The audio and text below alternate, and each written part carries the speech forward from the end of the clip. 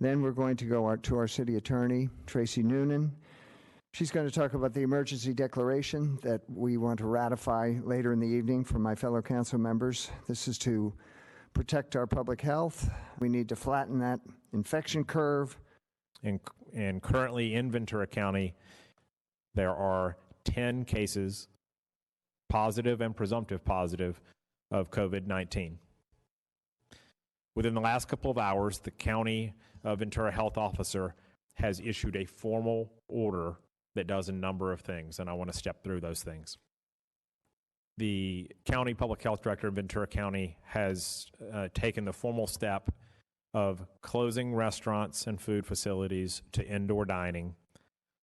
Secondly, the closure of bars and nightclubs that do not serve food, and movie theaters, gyms, fitness centers, and aquatic centers.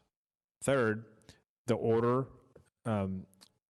puts into place a mandatory order of all individuals living in the county 75 years of age and older and 70 years and older with underlying conditions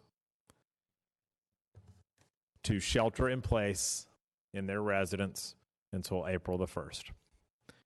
That's the most common question that's coming forth is, how long will this all last? And while none of us really have the answer to that question specifically, we are all working to prepare ourselves for what's going to be a period of disruption that will last more than just a couple of weeks. I'll hand it over to City Attorney Noonan to speak about the resolution ratification of our emergency declaration. Tonight for Council's consideration is a resolution ratifying the proclamation of the existence of a local emergency and rendering certain emergency orders. As generally discussed by City Manager Powers, on March 4th, the Governor declared a state of emergency due to the public health impacts from COVID-19. On March 12th, the Ventura County Public Health Officer declared a public health emergency.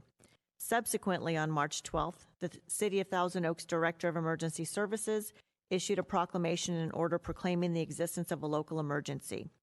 Pursuant to state law, this proclamation is valid for only 7 days unless ratified by the City Council. Before you tonight is the resolution ratifying that declaration, and it does several things. First, it satisfies the statutory requirements for council ratification of the emergency proclamation.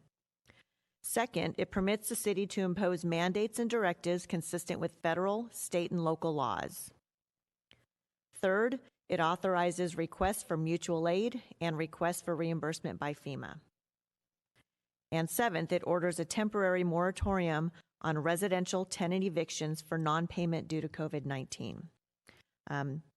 With that, I will hand it back to the mayor for final comments, and I'm available for any questions. I'd like to move on to this emergency declaration, and I'll need a motion, first of all, from one of my colleagues. I move to approve the emergency declaration. Thank you, Mayor Pro Tem. And now I'm going to go one by one for a voice vote. And Mayor Pro Tem? Yes. Thank you. Councilmember McCoy?